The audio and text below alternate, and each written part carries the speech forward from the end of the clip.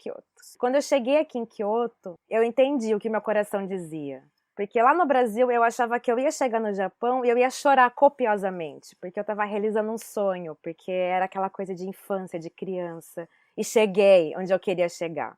Só que não aconteceu no aeroporto, e não aconteceu nos primeiros meses de Tóquio. E eu falei, é isso. Só que quando eu cheguei em Kyoto, que eu vi aqueles templos enormes, aquela arquitetura, um outro ar que se respira, aquela história viva na minha frente, de séculos, de mais de 1.200 anos, eu olhei assim e eu comecei a chorar.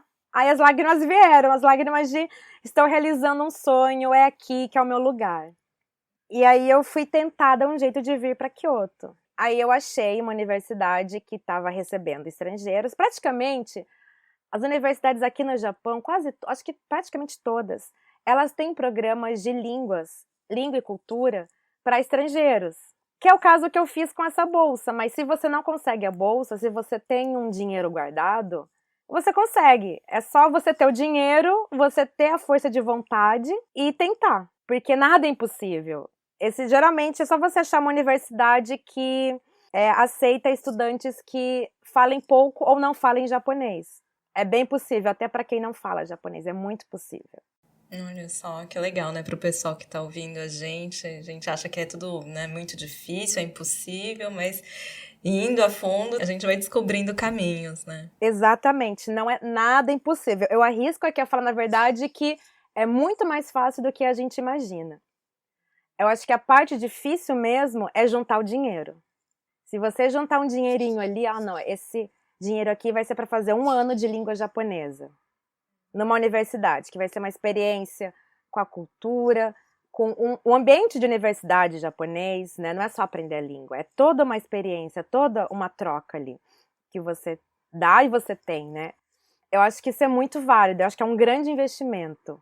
Tanto que para eu fazer essa prova, né, na verdade era uma prova que a gente fazia, era uma redação. Você escrevia na sua casa mesmo. Então, mesmo que você não saiba japonês, você pode ali tentar um pouquinho, né, Google Tradutor e ali, né, procurando dicionário, uma outra palavra, ou aprende ali o hiragana, que é aquele alfabeto bem mais básico, que é mais tranquilo de aprender, né? Em 1 mês você domina ele. Faz ali a redação em hiragana mesmo e envia as documentações que eles pedem, que não é nada também absurdo de você ter.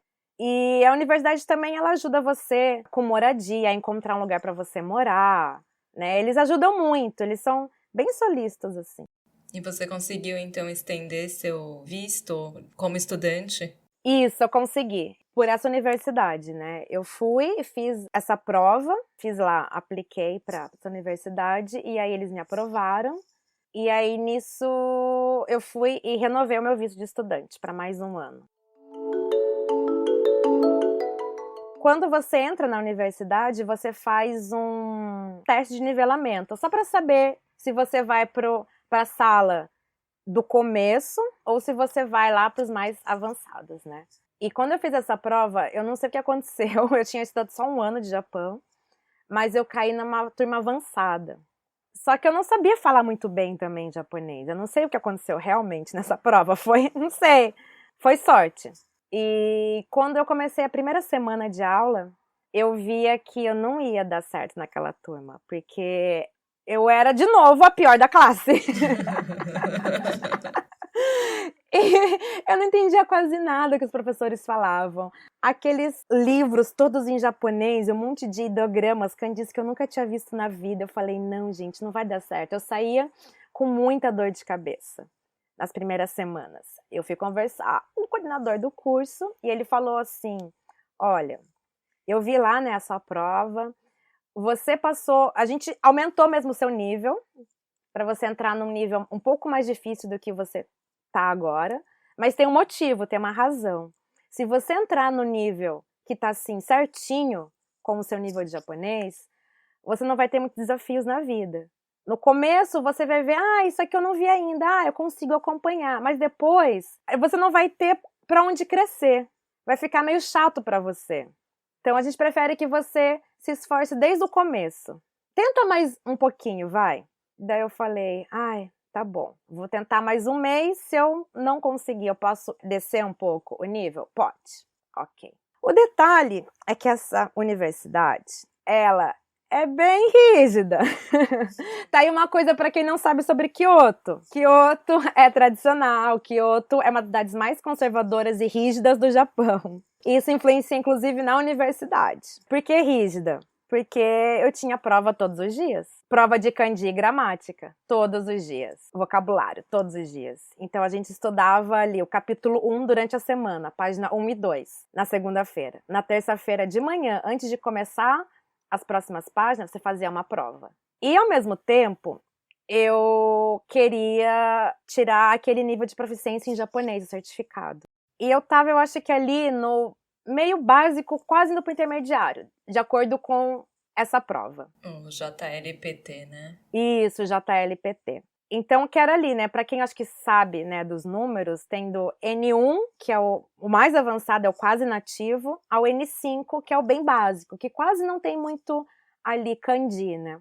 E o N1, tem muito japonês que se não estudar não passa. É meio assim, né, ela é bem difícil. Eu falei, bom, o N1 é mais difícil para mim, mas se eu tirar o N2, eu já consigo trabalhar no Japão. A maioria das empresas já pedem o N2, que é você é ali, fluente, você consegue se comunicar bem durante o expediente ali, né, no trabalho, entender bem japonês. Então, esse era o meu objetivo. Então, eu tinha que estudar todos os dias para a prova da faculdade e para o GLPT. O que aconteceu em 2017, que quando eu me mudei para Kyoto? Eu estudei durante todos os dias, 12 horas por dia. Foi aquele ano que eu falei, não, o dinheiro que eu juntei minha vida inteira foi para pagar esse ano. E aí eu ia para a faculdade de manhã, 9 da manhã, saía às 4 da tarde. Tinha um intervalo, né, para almoço, mas saía às 4 da tarde. Eu fazia mais um intervalo, e aí ou eu ia para a biblioteca da universidade, ou eu ia para um Starbucks que tinha ali na frente. E eu gostava do Starbucks, daquelas mesas bem grandes, assim, que todo mundo senta um do lado do outro. Isso a gente tá falando de antes do corona, né, então. E eu gostava porque me incentivava a estudar, porque as pessoas ao meu redor, elas também estavam estudando, ou lendo, ou trabalhando. Então isso me dava um incentivo, eu não tava sozinha. Por mais que eu estivesse sozinha, não estava. E aí eu saía até me expulsarem do Starbucks, 11 da noite, que é a hora que fechava ali aquele Starbucks. Então era das 9 da manhã às 11 da noite, direto, estudando. Inclusive finais de semana. Eu não tinha aula, mas eu estudava em casa, ou eu ia para um café estudar. De vez em quando, eu falava, não, eu acho que eu preciso hoje tirar um dia de folga. Um respiro pro cérebro, né? Senão também a gente pifa, né? Então eu estudava bastante, mas eu sabia dos meus limites. E o resultado é que no final de 2017, eu já estava chorando muito, muito de desespero. Porque, né, estudar muito também não é uma coisa muito saudável, mas eu fui no meu limite. Eu consegui ficar nesse nível, eu passei para o nível seguinte de japonês e eu passei no teste, nesse JLPT, eu passei no N2. E aí depois disso eu falei, tá, mas eu ainda preciso melhorar meu japonês. Porque a universidade, ela me preparou para o ambiente acadêmico. Eu li ali muitos livros sobre ciência, muitos assuntos relacionados ao ambiente acadêmico. Quase nada do profissional, tanto que eu não tive aulas de japonês super formal, que é o japonês business, né? Japonês para negócios. Eu não tive isso na universidade. Porque a maioria ali fazia um curso ou porque queria melhorar o japonês, ou porque queria entrar numa universidade japonesa. E aí o que eu queria? Eu queria trabalhar no Japão. Então eu fui procurar o que fazer. Eu achava que eu poderia fazer mais um ano de língua, só que eu fui ver depois ali nas regrinhas e tal, da imigração, que eles só renovam teu visto 2 anos. Você só pode fazer 2 anos de curso sem colar um grau. Então eu fiz o primeiro ano em Tóquio, o segundo ano em Kyoto, sem colar grau, era só um curso para estrangeiros. E então eu falei, qual que é a solução? Ou eu encontro um emprego, ou eu faço uma graduação de 4 anos, ou eu faço algum curso, alguma pós de 1 ano, 2 anos, porque eu preciso colar um grau. Meu japonês não estava suficiente. Eu achava, né, que eu ainda precisava treinar mais para trabalho, não treinei para trabalho. Eu não queria fazer mais uma graduação de 4 anos. Eu já tinha feito uma no Brasil. Já comecei outra no Brasil. Falei, mais um? Não. Com 2 anos de japonês de letras japonês no Brasil e 2 anos de japonês no Japão, eu falei, acabei já minha graduação de letras japonês aqui. Já fiz! Já tô com 2 graduações. Vamos começar a procurar, conversar com as pessoas, com conhecidos e quando você vê, aqui é a oportunidade. Uma pós em Sociedade, Cultura e História. Comunicação. Aí, da mesma forma que eu fui e pleiteei para uma vaga na universidade aqui de Kyoto, na verdade, essa universidade era a mesma universidade. Era a Universidade de Estudos Estrangeiros. Eu só saí de um curso especial para estrangeiros e fui para pós, como eu já tinha uma graduação. E, de novo, fiz lá a redação, fiz uma prova e eles me aceitaram. Então, eu fiz 2 anos. E aí, nessa pós, além de aprender muito sobre história, sociedade, sobre cultura, principalmente sobre Kyoto, eles me prepararam pro emprego, para procurar um emprego. Eu tive essa preparação.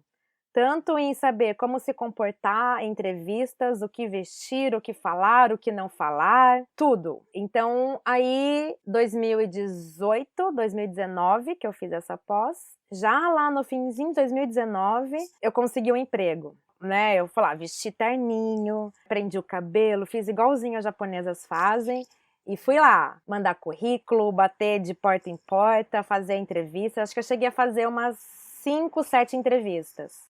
E você tinha um foco de tipo de setor, que área que você queria trabalhar? Tinha um foco. Quando eu fui para essa pós, eu não precisava estudar mais 12 horas por dia, né? Porque eu já tinha conseguido o que eu queria ali em questões de certificado de língua de proficiência japonesa. Só que eu precisava estudar só um pouco, não tanto. Então eu estudei normal ali, com uma pessoa normal. E eu comecei a fazer alguns bicos, que a gente chama aqui de arubaito, que são alguns freelas, alguns bicos, alguns serviços mais temporários, assim. E aí eu comecei a trabalhar como tradutora de geishas. Era uma empresa que ela fazia ponte entre os turistas que queriam conhecer mais, né, as geishas, conversar com elas, jantar com elas, ver elas dançando, com as casas de geishas. Então a gente fazia eventos todas as semanas num restaurante e o que eu fazia lá, vestia um kimono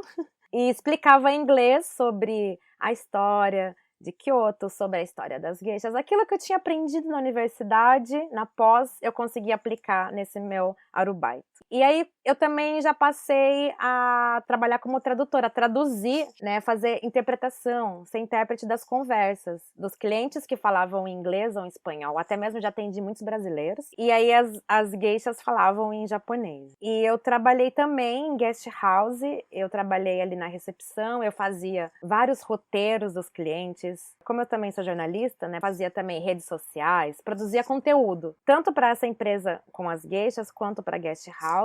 E depois eu trabalhei num café, que é um jardim, na verdade, que foi uma casa de campo de um ex-ministro de guerra do Japão, da era Meiji. Né? Então existe esse jardim café aqui em Kyoto, e eu trabalhei lá, então eu também fazia, tanto trabalhava no café, quanto eu fazia produção de conteúdo.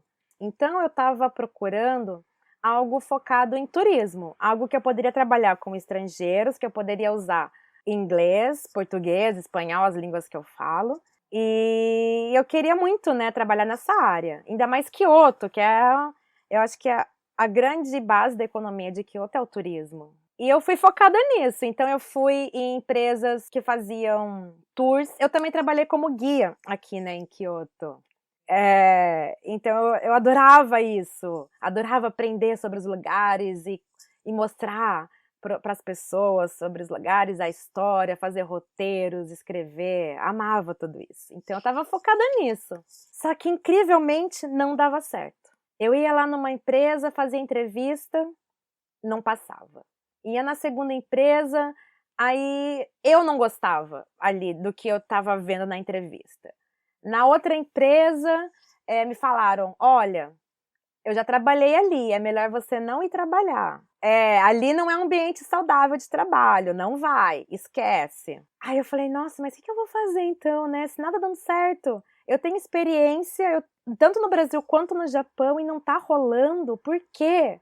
Aí eu fui conversar com uma professora minha, a professora que mais me identificava, assim, porque ela também é jornalista e ela me dava aulas sobre história antiga de Kyoto, né? Então ela